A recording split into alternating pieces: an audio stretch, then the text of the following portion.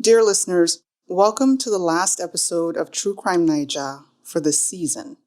But have no fear, we're working on more stories for the next season. My name is Rahmat Muhammad. I'm the creator of this series, and I have a favor to ask you. If you are enjoying this show, give us a 5-star review on Apple Podcasts, Google Podcasts, or wherever you're listening. If you're listening on YouTube, subscribe to our channel and turn on the notification bell for updates about new shows. And don't forget to share the show with your family and friends. Sharing is caring. Okay, on to today's episode.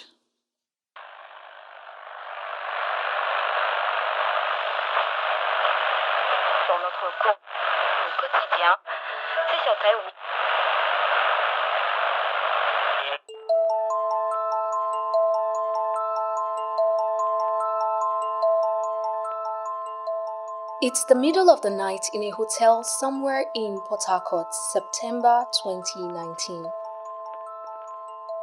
Benita Etim, a 23-year-old sex worker, had met and hooked up with a man earlier that night. Everything had gone on well. The man had offered her a good amount of money he had paid for a hotel room, and they had both fallen asleep. As she sleeps, she feels someone's hands tapping her on the shoulder to wake up. When she opens her eyes, Benita notices that the man she had gone to bed with is holding a knife to her neck. Immediately, she lets out a scream. But her scream is drowned out by the loud TV in the room. Benita tries to struggle, but the man threatens to kill her with a knife if she doesn't stay quiet. The man, still holding the knife in one hand, rips the white bedsheet into strings. He forces Benita out of the bed and onto a chair. He then uses the white bedsheet strings to tie Benita's hand and legs to the chair. Benita is powerless at this point, but she starts to cry and beg for her life.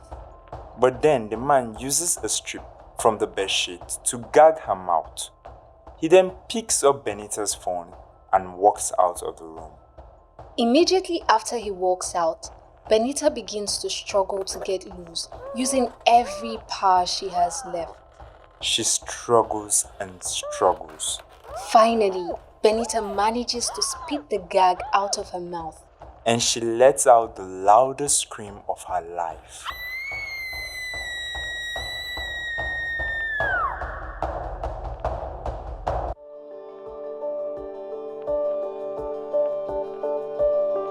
Hi, I'm Anthonieta. I'm Richard. And I'm John. And this story could save your life.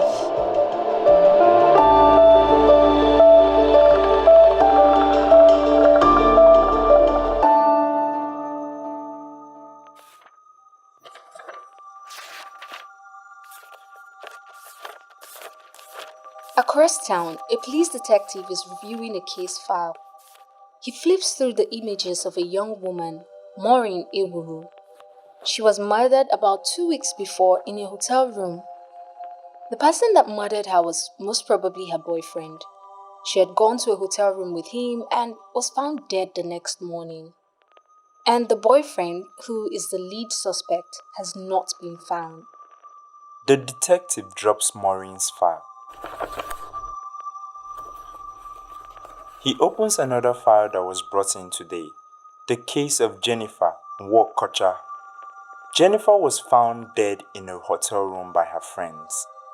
According to Jennifer's friends, 3 of them had gone out to their regular spot at Grand Venice Hotel to have fun and party to celebrate the end of her university entrance exams.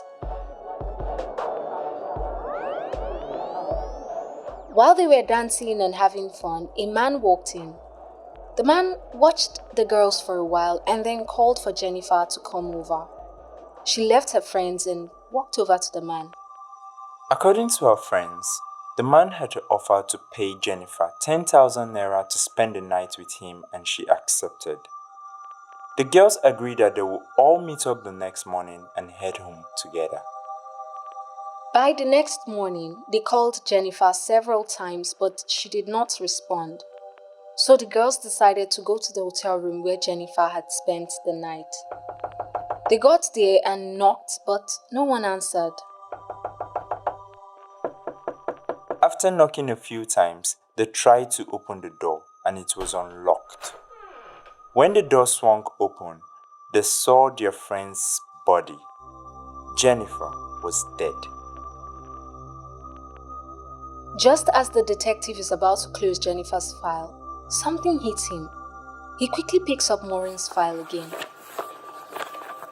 Wait, Maureen is the first dead woman, right? The one believed to have been killed by her boyfriend. Right. The detective opens Maureen's file to confirm what he was thinking. The women seem to have been killed in the same way. They were both lying naked on the bed of their hotel rooms with a white scarf tied around their necks.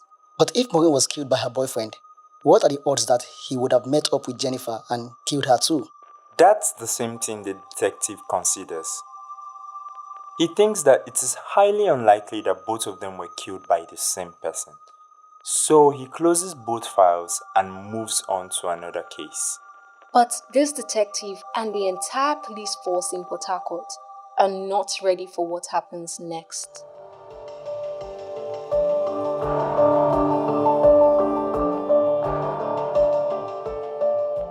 Hello and welcome to the news at 10. Yesterday, the police found yet another body at a hotel here in Port Harcourt. That makes the fourth body they have found in less than a month. All were women and all were lying naked in the hotel room. On September 6th, a female body was found in Avery Guest House in Oyibo area of Port Harcourt. Days later, the body was identified as Linda Waripa. She was found dead with her hands tied behind her back with a white cloth wrapped around her neck. Oh God. 3 days later, on September 9th, police discovered the strangled body of a 20-year-old woman named Dorcas Francis. Dorcas had gone missing days before and she was found in the Imperial Hotel in the Trans Amadi area. And just like Jennifer, her body was found naked and her hands tied with a piece of white cloth. There is more.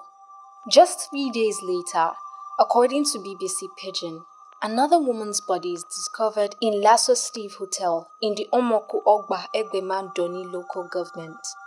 The woman was later identified as Rose Samuels.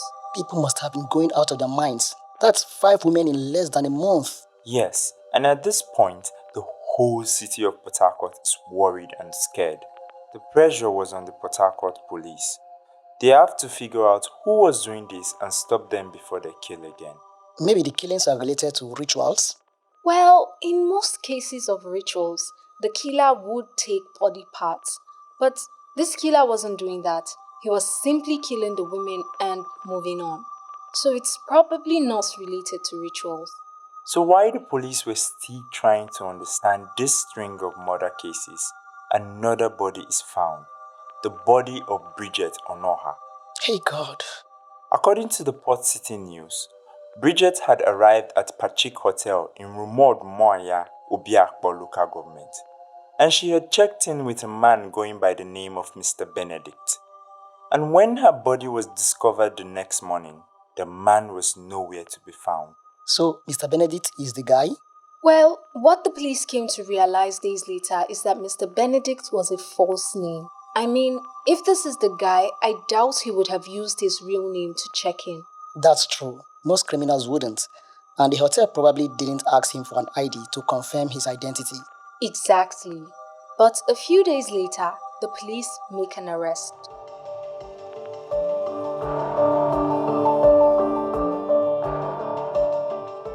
The city of Port Harcourt has been on the edge.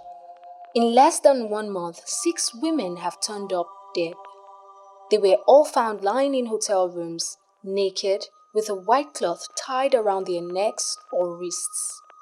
The police in Port Harcourt have been under pressure to solve the case and stop the killings. They finally make an arrest. What? They found him? I mean, the Benedict guy. Well, not quite. They arrested her, a woman. Huh? Nimi Tengod, a manager of a hotel at the time, was arrested.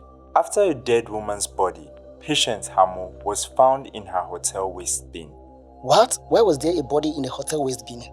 Well, at this point, it's not clear, but the police believe she killed the dead woman and dumped her body.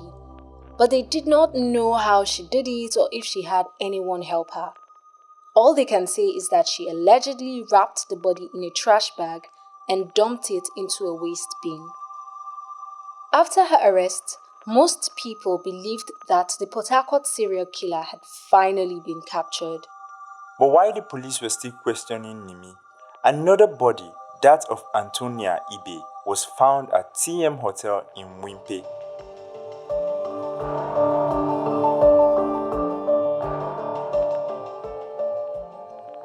Welcome to News Update at 10. Yesterday, another body was discovered at a hotel in Port Harcourt.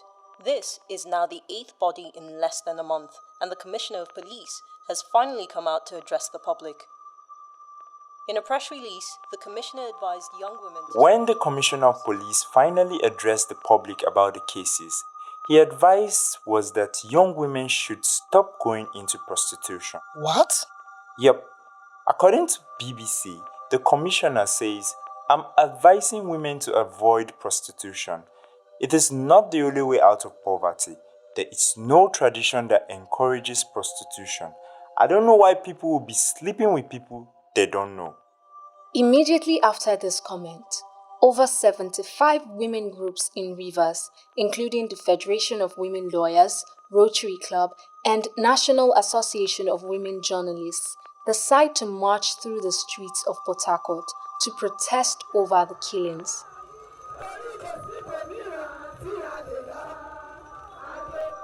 They march with signs that say, "Protect the woman life, stop the killings, respect women, don't kill them, women have the right to life." When the women arrive at the government house, they demand an apology from the commissioner for allegedly stereotyping victims of the serial killings as prostitutes. The secretary to the government of Rivers State comes out to address the protesters. He begins by saying that he doubts if the commissioner or any police official had made such a statement, but that he apologizes. He adds that everyone needs to be extra careful and that parents should caution their daughters on the friendships they keep.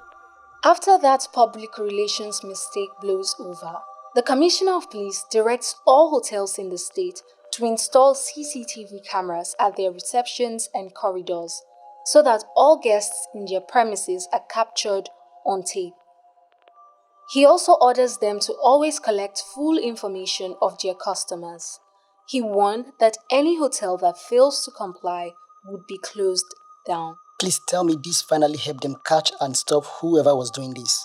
Well, in another hotel in Port Harcourt, a hotel staff member is going about her duties when she hears a loud scream. The scream sounds like a woman's voice and it's coming from one of the hotel rooms. She quickly rushes to the room and uses her key to open the door. As she opens the door, she sees a young woman sitting with her legs and hands tied to a chair. The woman is Benita Etim. Benita from the beginning? You mean she survived? She did. The hotel staff immediately called the police, who then took Benita in for questioning and advised her not to leave the state as she would serve as a key witness against her abductor. Now, remember the Commissioner of Police had mandated that every hotel install a CCTV. Yes, in order to keep visual records of everyone that goes out and come in. Right. So this hotel had a CCTV installed, and they were able to find a video of the man who entered the hotel with Benita. His name is Gracious David West.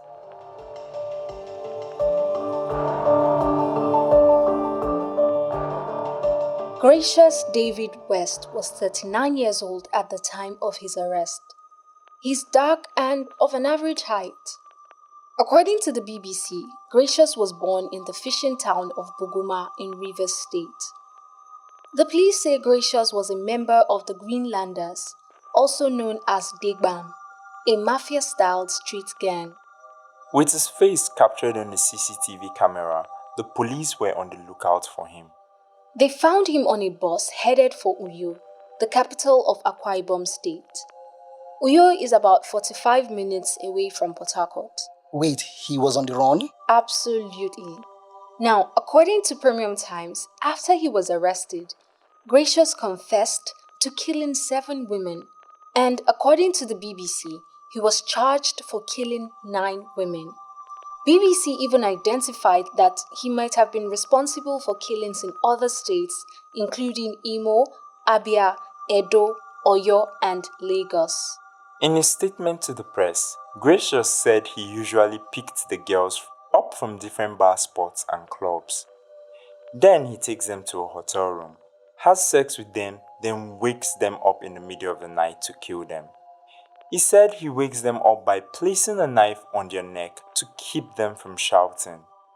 While they are begging, he usually asks for their ATM pins. He then removes the hotel pillowcase and uses it as a rope to strangle them. Okay, that explains the white pillowcase found on Jennifer and some of the other girls, right? Yes. Then he says that after killing them, he takes their money if they have any, or he uses their ATM pin to withdraw money from their bank accounts. He also sells their phones. So is that why he did it? To rob them? Well, no. According to what he told the reporters and police, he had an irresistible urge to kill, and every night from June to his capture in September, he would drive around the streets in his vehicle looking for women to kill. Oh my god, this guy is a psychopath. I think he is, and many other people also believed this because while he was being interviewed by journalists for all of this, the reporters and people around said that he did not show any emotion. Not even a bit? Like, he regretted it? According to the BBC, the reporters who saw him described him as erratic. Wow. What about the woman who was arrested earlier? I mean the hotel manager who dumped the body of Patience Hamo in the waste bin. Was she finally released? Yes, Nimi was finally let go by the court. There wasn't much evidence to pin her to the body. According to BBC Pidgin, Nimi had found the woman's body earlier in one of the hotel rooms and tried to conceal it. And that was a really irresponsible thing to do. I agree. Why did she do it? Well, with everything going on at the time, the hotel business in Port Harcourt was kind of declining. I mean, all the hotels where these different women were found were being closed for evidence and investigation. Those hotels were seen as scary and haunted. So maybe Nimi was trying to protect her business and prevent it from being closed or something. So what happened to Gracious? Gracious was due to be arraigned on October 20th of 2019. An arraignment is a court process where the accused person is formally advised of the charges against him and asked to enter a plea to the charges. He can plead guilty or not guilty. But when Gracious showed up in court for the official arraignment, his lawyer was nowhere to be found. I don't understand. Exactly. Normally, lawyers are meant to be present during these proceedings, lawyers from both sides. And a lawyer was assigned to Gracious by the state, but on the day of the arraignment, the lawyer did not show up. So the lawyer just bolted? Yes, I think since Gracious' crimes were so horrifying, a lot of lawyers didn't want to represent him or something. Anyways, because of the missing lawyer, the arraignment was postponed to the following day when the court could assign a new lawyer to represent Gracious. Gracious pleaded guilty to 9 murder charges against him, but pleaded not guilty to the charge of attempted murder of Benita. What? Yes, according to him, he never intended to kill Benita. He was going to set her free from the start. The Daily Post reports that after the charges were read and his plea was taken, the judge, Justice Adolphus Enebeli, adjourned until the trial and ordered that Gracious be remanded in prison custody. During trial, Gracious's voluntary confession and the CCTV footage from the hotel was used as evidence to prove he was guilty. According to The Guardian, Benita was called to testify against Gracious, but she did not show up. I honestly would not have shown up either. But where did she go? Just nowhere to be found. Benita had packed her things and left town. Wow, but why?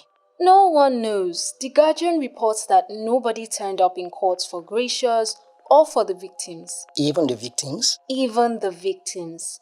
Just one of the parents came to trial on the first day, but after that, nobody showed up. Wow, that's really, really sad. I know. In October 2020, Justice Adolphus Enebeli sentenced Gracious David West to death by hanging for the murders of Maureen Ewuru, Jennifer Wokocha, Blessing Efyong, Linda Waripa Samuel, Dorcas Francis, Kelechi Bridget Onoha, Rose Samuel, Antonia Ibe, and the attempted murder of Benita Etim. I am so glad the Commissioner of Police forced the hotel to install CCTV cameras. Yes, that was a crucial move that helped to catch him. But wait, if Gracious was using their ATMs to make transactions after he killed them, was there no footage from the ATM? Or was there no way for the police to track the transactions? Well, we're not sure if the police looked at transactions from accounts of the dead women. That's true. Maybe that could have helped track him down sooner. And really, Nimi should not have tried to hide the body she found. Imagine if another woman had not died after Patience Hamo was found in the waste bin. Yeah, Nimi would have been the one left to take the fall for all of the murders. We've said this over and over again. The cover-up is often worse than the crime. Nimi should not have tried to hide her body. Now, do you think our scientists are trying to understand what went wrong with Gracious? Maybe there's something they can learn about the minds of serial killers in order to dictate and prevent future ones. I hope he and other serial killers are being studied by Nigerian scientists. The knowledge would be good for us to have. It could help save other innocent lives. True Crime Naija is a Triple E Media production. Copyright 2021 Triple E Media Productions. If you enjoyed this episode of True Crime Naija and want to hear more, subscribe to our 234 Audio YouTube channel. Episodes of this podcast and our other podcasts can also be found on Apple Podcast, Google Podcast, Spotify, and wherever you get your podcast. Subscribe and leave us a review. This episode was produced by Anthonieta Kalunta, John Iwodi, Richard Anyebe, Dominic Tabakaji, and Sam Tabakaji. Executive producer Rahmat Muhammad. Special thanks to Rabia Hadejia, Aredi Isha, and Mala Gbado Ikaleku. Join us next season for more True Crime Naija episodes. Next season, we'll be bringing you stories from other countries across Africa. Until then, stay alert, Stay alive. See you next season.